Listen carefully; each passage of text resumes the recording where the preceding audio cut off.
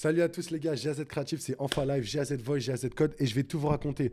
Ça devait sortir en mai, on est en juin, on est le 20 juin. Je vais tout vous raconter, j'ai dû claquer des 500 dollars par-ci par-là pour avoir des licences, mettre sur un VPS et tout, donc je vais tout vous raconter comme d'habitude.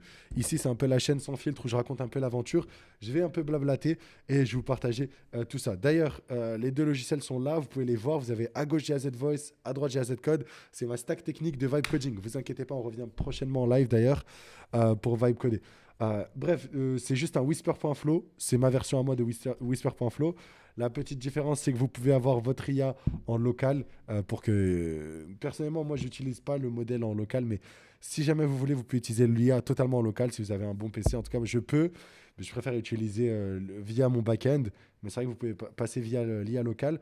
C'est un bon petit plus. Et le GAZ Code qui est un peu votre workspace pour gérer un peu tous vos projets à droite à gauche, plutôt pas mal, avec d'autres features bien évidemment qui devraient arriver au fur et à mesure, qui devraient vous aider à vibe coder. Mais ça, c'est la technique parfaite pour parler vite.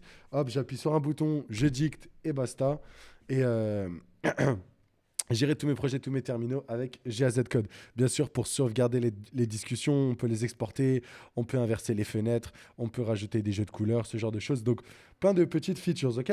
Bon, maintenant, pourquoi on n'a pas sorti il y a un mois, du coup, le GAZ Code? Bah, en fait, au début, je commence à développer le logiciel, je me dis, ça y est, j'ai fini. Allez, j'ai posté une V1 et tout. Sauf que je suis sur Mac, et en fait, sur Mac, il vous faut une licence. Il vous faut une licence Apple Developer. Sauf que pour avoir une licence Apple Developer, il y a un truc qui s'appelle le DUNS number. Ok. Donc, c'est un numéro qu'on attribue à votre société. Ok. Et ce numéro, en fait, tout simplement, ce DUNS number, il faut 30 jours pour l'avoir. Si vous voulez l'avoir plus tôt, il faut payer plus. Donc là, après coup, j'ai réfléchi, j'aurais peut-être pas dû payer. Mais c'est ça, DUNS, si vous voulez, c'est un truc comme ça. Et en fait, ça attribue à chaque société, peu importe elle est où, votre société en France, aux Émirats ou quoi que ce soit, un numéro. Donc j'avais besoin de ce numéro pour avoir ma licence Apple Developer. Et dès que j'ai ma licence Apple Developer, je peux signer les logiciels Mac et permettre aux autres de le télécharger. Sans ça, les gens, ils doivent faire des magouilles de fou. Donc je vous montre le relevé bancaire. Voilà, vous le voyez juste là. Ça m'a coûté 1900 dirhams. Folie furieuse. Folie, folie furieuse. Ça fait 500 dollars. Un peu, ouais, je crois que c'est 525 dollars, un truc comme ça. Donc ça m'a coûté cher, premier truc. Donc pour sortir sur Mac. Sauf que entre temps, comme j'ai la société qui est basée aux Émirats, ce que j'ai dû faire, c'est genre, j'aurais dû envoyer un mail. Oui, quelle est votre société? Qui est le président, CEO, je sais pas quoi, les papiers, comment ça s'appelle? Le truc de location, où est-ce qu'ils sont vos locaux, des justificatifs, vos trucs de banque, blablabli, blablabla. Vous connaissez l'administratif, ça prend quelques semaines, ça a pris une semaine, un truc comme ça. En vrai, c'était plutôt rapide vu que j'ai payé les 500 dollars. Mais voilà, ça fait quand même mal, voilà, tout simplement, sans être vulgaire, ça fait juste mal. Mais vous savez où est-ce que ça fait mal? Et donc voilà, ensuite, dès que j'ai eu ça, il va falloir il va falloir continuer à développer le logiciel. Entre-temps, pour ceux qui ne savent pas, en parallèle, je suis aussi à l'école, je suis en licence de maths. Donc pour ceux qui savent ça, à quoi ça ressemble la licence de maths, c'est dur. C'est dur, c'est dur. Donc voilà, je suis en licence de maths, comme ça vous savez. Je crois que je l'ai déjà dit en plus. Je sais que quand Capet m'a invité, je l'avais dit. Donc voilà, il y avait la période d'examen là, de fin d'année et tout. Il y a eu beaucoup de trucs. Il y a eu beaucoup de trucs qui a fait tout ça. Au final, on a enfin sorti la version. Donc vous pouvez aller sur le site. Vous avez votre connexion via Google. Vous pouvez télécharger vos deux premiers logiciels. L'abonnement, il est à 21 dollars pour avoir les deux, le GAZ Pro pour avoir le code et le voice. À 11 dollars, vous avez que le code. Voilà, voilà. Euh, Ce que je peux vous dire, c'est simplement si vous vibe coder, c'est un petit tool en plus qui est très intéressant à voir. En vrai de vrai. Dans tous les cas, c'est mon logiciel normal, je vais prêcher ma paroisse. Mais voilà. Ce qui est intéressant de plus, hein, en plus de devoir avoir le Dunes Number, comme je vous l'ai dit, j'ai dû créer ce qu'on appelle un projet Google. Ok. Donc j'ai dû créer un projet Google pour avoir la connexion via Google que j'ai connecté. C'était plutôt simple, en vrai de vrai, pour être honnête. Et maintenant, ça fonctionne plus ou moins bien. Mais voilà, donc ça commence à avoir de la gueule, ça commence à être plutôt pas mal. Maintenant, mon plan, c'est quoi? Donc là, le but ici, c'est de partager l'expérience. Maintenant, il va falloir ramener du monde. Et qu'est-ce qu'on va faire? Ça va être tout simplement la chaîne GAZ Creative qui va devoir être repris. Donc là, je fais la vidéo en français, mais juste après, je vais faire la vidéo de lancement en anglais sur la chaîne GAZ Creative. D'ailleurs, ça a très bien pris si vous regardez la chaîne YouTube juste ici. Donc j'ai juste caché ça vite fait. Si vous regardez la chaîne YouTube juste ici, c'est plutôt pas mal. Vous le regardez juste là. 300 vues sur la vidéo du Hermès Agent, 78. En fait, si on surfe un peu, j'ai un peu capté la technique. Si j'arrive à surfer sur le nouveau modèle OpenAI, ce genre de choses, ça peut bien marcher. Et je pense que les lives de Vibe Coding en direct, ça sera fait en anglais et sur cette chaîne YouTube dès à présent pour avoir pas mal de contenu. Ok. N'oubliez pas, je vous ai dit que dans 8 jours, je sors le logiciel YouTube Manager. Le logiciel YouTube Manager est déjà sorti. Je vous donnerai l'URL prochainement. Mais j'ai déjà fini le logiciel. Il tourne. C'est juste que j'en ai pas fait une vidéo, mais je l'ai bien sorti après les 8 jours, comme je vous l'ai dit. Et voilà. Ici, le but, ça va être de rajouter ça dans la description, d'avoir un truc établi, de faire des tutoriels où on teste des nouveaux modèles, mais montrer en même temps que voilà, j'utilise tant, j'utilise ça. Donc voilà, je pense que ça va être la vraie vague qui va être intéressante pour moi. Vraiment prendre ce virage-là où on va parler pas mal d'IA, parce que c'est ça qui me passionne, pas mal de choses, mais avoir notre stack technique déjà disponible. Ok. Donc bon, il va falloir continuer à améliorer ce logiciel. J'ai calculer quelques bugs. Là, ce que j'ai fait, c'est que j'ai téléchargé le logiciel pour un proche et je lui ai dit, tiens, voilà, teste-le. Donc, j'aurai pas mal de feedback. Là, j'ai déjà commencé à noter. Je vous montre juste ici, par exemple, voilà. Il y a un bug d'affichage sur le mode couleur blanc. OK. Donc, voilà, je l'ai noté ici sur les notes, vous pouvez voir. Comme ça, vous voyez un peu comment je m'organise. Si vous voulez, sur ma page d'accueil de mon téléphone, vous avez en haut à gauche un petit truc note où j'ai un peu ma to-do, les bugs, ce genre de choses. Donc, je le note juste ici. Et c'est ce que j'ai noté. Donc, il y a le mode blanc à retravailler. Il y a quelques features à droite, à gauche. Mais voilà, je suis ouvert à d'autres features pour le GAZ Code. Je pense qu'implémenter un peu plus d'IA, ce genre de choses, ça va être intéressant. Pour l'instant, c'est une VA. Je voulais vraiment lancer la V1 et après, on va pouvoir continuer à développer ça. Ok, donc en parallèle, il a fallu bosser aussi sur FundingView. Ça n'a pas stoppé parce qu'on était en. Et je vous en ferai une autre vidéo prochainement. Ce sera le sujet d'une autre vidéo. Mais on avait d'autres choses à gérer sur FundingView. Donc voilà, la vision GAZ créative, pour moi, je trouve qu'elle prend de plus en plus de sens. Où on commence à avoir nos logiciels, on commence à s'implémenter du côté vibe coding. C'est vraiment ça.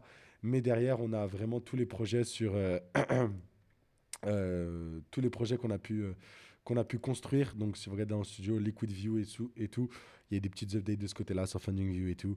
Donc voilà, on continue à bien avancer de ce côté-là.